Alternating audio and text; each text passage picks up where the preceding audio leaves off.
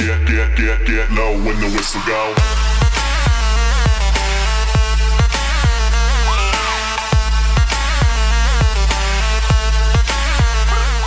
მოგესალმებით ჩემო მაყურებლებო, დღეს ამ ვიდეოში დავაყენებთ Windows 7 სრულიად უპრობლემოდ და მარტივად. პირველ რიგში რაც გვესაჭიროება, ამისთვის არის Windows-ის დისკი ან ფლეშკა და ჩამტვირთავი მენიუს გახსნა, ანუ boot menu. Boot menu ყველა კომპიუტერზე განსხვავდება, მაგალითად Acer-ზე F12-ით შევდივართ ჩამტვირთავ მენიუში, Asus-ზე Escape-ით, HP-ზე F9-ით, Intel-ზე F10-ით, ზოგ სხვადასხვა კომპიუტერზე კი მხოლოდ Delete ღილაკით. ნოუთბუქებში კი სხვა საშუალებებია, ამა თუ იმ ნოუთბუქს აქვს გვერდზე ჩამტვირთავ მენიუში შესასვლელი ფუნქცია, ან ჩამტვირთავ ღილაკის გვერდით. თუ boot menu-სთან ან ჩამტვირთავ menu-სთან პრობლემა შეგექმნება, დაწერთ კომენტარის სახით და აუცილებლად გადავიღებ ვიდეოს შემდეგისათვის. ხოლო რომ მიიღოთ შეტყობინება, გამოიწერეთ გვერდი. ახლა კი დავიწყეთ. ჩამტვირთავი menu-დან გავუშვათ დისკი. ამოვირჩიოთ ჩამტვირთავ menu-ში და დაველოდოთ მის ჩატვირთვას.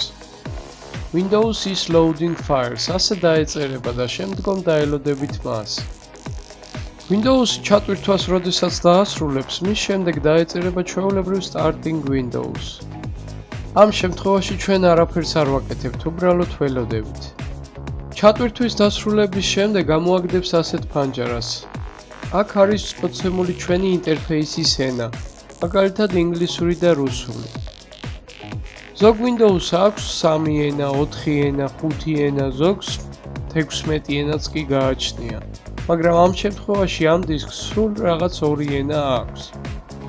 ახლა კი ავირჩევ ინგლისურ ენას. ამის შემდეგ კი ამოგვიგდებს ასეთ ფანჯარას Language to install, ინტერფეისის ენა ინგლისური, Time and currency format, დროის ფორმატი. აქ ამ შემთხვევაში ამოვირჩევ მე საქართველოს. დაბლა კი keyboard or input method-ში უნდა შევიყვანოთ დასაწერი ენა. თუ რა ენაზე უნდა დავწეროთ. Georgian QWERTY არ მსურს, რომ დავაყენო მე მთავარად, რადგან ყოველთვის ქართულ ენაზე დაწერს. ხშირად კი ვიყენებ ინგლისურ shifts.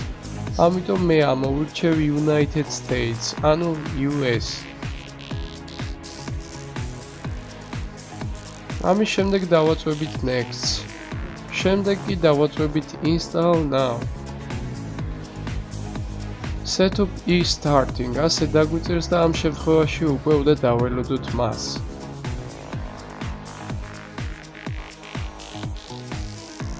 ამის შემდეგ კი ამოგვიგდებს Windows-ის დასაყენებელ ფუნქციებს, Windows 7 Ultimate. არსებობს ასევე Windows 7 სტარტერი, პროფესიონალი, Basic და სხვა კიდევ.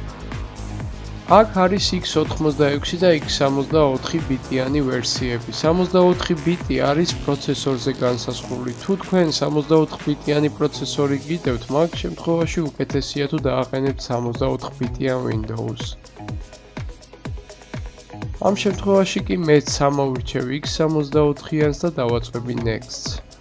შემდეგ კი მივიღებ ლიცენზიას, მოვნიშნავ Y-ს და დავაწვევი Next. ახლა ამ შემთხვევაში მინდა უკვე Customs დავაწვე და გავხსნა ახალი დისკი. ეს პირველი ფუნქცია არ გვესაჭიროება, რადგან ის განახლებისთვის არის განკუთვნილი. ამ შემთხვევაში უკვე შევდივარ Driver Option-ში და ვქმნი ახალ Winchester-ის Drives, ანუ დისკს, D და C დისკს შევქმნი ამ შემთხვევაში. ამ დისკებზე გავყოფ ამ ზომას და დავაყენებ თითოზე 25 GB-ს.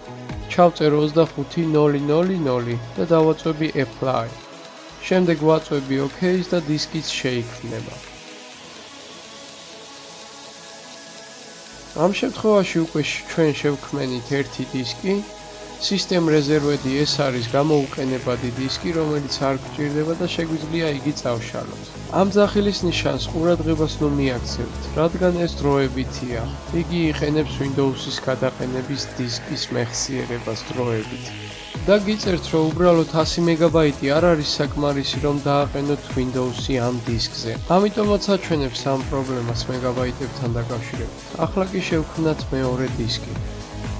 25 GB და Apply. ჩვენი C და D დისკი მზად არის სამუშაოდ. ახლა კი ამ ძახილის ნიშანზე გამახსენდა ერთი გავრცელებული პრობლემა და მის გამოსწორებასაც გასწავლით. როდესაც გადაყენების პროცესში Windows-ის დაყენება ჩვენს მყარ დისკზე შეუძლებელია და გვიწერს ასეთ პრობლემას, როგორიცაა Windows cannot be installed on this disk. Select the disk of the GPT partition style. მაგრამ ყურადღებით იყავით, როდესაც ამ ფუნქციას შეასრულებ, დარწმუნდით, რომ თქვენი მეხსიერების ბარათიდან სრულყოფილად შეინახეთ თქვენი ფაილები, რადგან ისინი წაიშლება. ნუ თუ პრობლემა არა გაქვთ, ჩვეულებრივ განაგრძეთ გადაყენება. ახლა კი იმ პრობლემის გადაჭრა როგორ ხდება.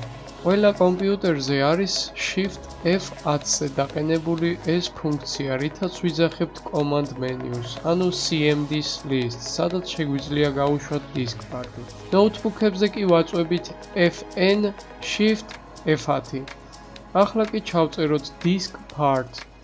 გაველოდოთ მას. შემდეგ კი ჩავწერთ list disk, რითაც ჩვენ ნახავთ ჩვენი hard drive-ი, ანუ ჩვენი Winchester-ის მეხსიერებას. აი ჩვენი Winchester-ის მეხსიერებაც აქ არის განსაზღვრული 50 გიგაბაიტი. ახლა კი ამოვირჩევ ამას. შემდეგი კომანდით select disk 0 და დავაწვევი enter-ს.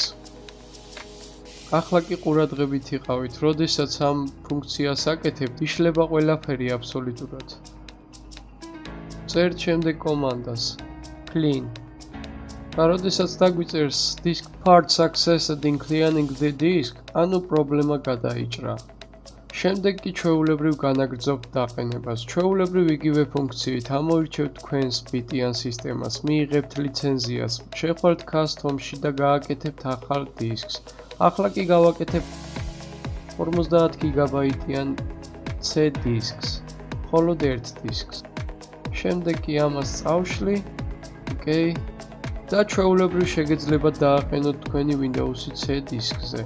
ახლა ამ C დისკზე აღარც სახელის ნიშანს აღარ დაგიწერთ და აღარც არაფერ პრობლემას. მისი პრობლემის გადაჭრა კი გასწავლეთ. ახლა დავაჭიროთ next. აქ კი უნდა დაველოდოთ Windows-ის ფაილების ჩაწერას. თითოეული value დაავიდეს 100%-ზე. ეს დაიკავებს სავარაუდოდ 30 წუთიდან 45 წუთამდე. გააჩნიათ თქვენი კომპიუტერის მეხსიერებას და მის მონაცემებს. ყველა ველის შევსების შემდეგ თქვენი კომპიუტერი მისცემს restart-ს 10 წამის განმავლობაში. Restart-ის შემდეგ დაიწყებს Windows-ი ჩატვირთვას. Starting Windows ასეთი გრაფა გამოჩნდება. ამ შემთხვევაში თქვენ არაფრის გაკეთება არ გიწევთ ლოდინის გარდა. ეკრანზე გამოჩნდება, რომ იგი არეგისტრირებს ფუნქციებს თქვენს კომპიუტერში.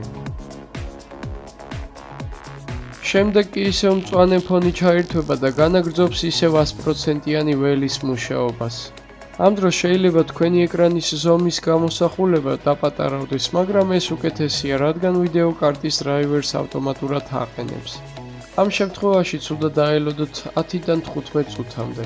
შემდეგ კი თქვენი კომპიუტერი გადაიტვირთება, გაშავდება ეკრანი და კვლავ ჩაირთვება და შემდგომ დაეწერება წარწერა Starting Windows.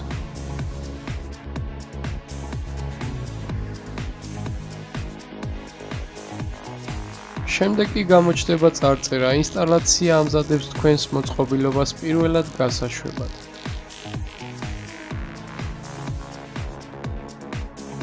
და შემდეგ ინსტალაცია ამოწმებს ვიდეო გამართულობას. ამისათვის დაგჭირდება ლოდინი.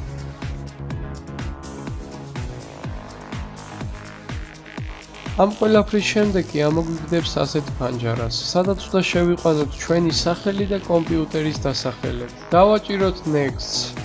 შემდეგ კი თუ გსურთ დააყენებთ parole-ს, რომ ვერავინ შევიდეს თქვენს გარდა. ეს ფუნქცია კი განახლებებისთვისაა საჭირო. თუ გნებავთ დააყენეთ, თუ გნებავთ არა. აქ კი უნდა მიუთითოთ თქვენი ქვეყანა, სადაც იმყოფებით, რომ დრო გაასწოროს და დააწექით next. ეს არის ჩვენი Excel-ის დრაივერი დააფიქსირა. დავაწვეთ Home Networks და დაველოდოთ მას. შემდეგ კი დაველოდოთ ინიციალიზაციას. ამისათვის საჭიროა 2 წუთის ლოდინი. ამის შემდეგ კი დაგვიწერს ჩვენ საყვარელ სიტყვას Starting Windows. აქ უკვე ბოლო ეტაპის ლოდინი გვიწევს სადღაც 2-დან 3 წუთამდე. შემდეგ კიდევ ერთხელ გადაიტვირთება ჩვენი კომპიუტერი და დაგვიწერს please wait. შემდეგ დაგვიწერს welcome preparing your desktop და ამის შემდეგ ჩაირთვება ჩვენი Windows-ი. ამით კი ჩვენი ვიდეო დასასრულს მივახლოვ და ჩემო მაყურებლებო, გთხოვთ დაალაიქოთ და გამოიწეროთ გვერდი და დაელოდეთ შემდეგ საინტერესო ვიდეოებს.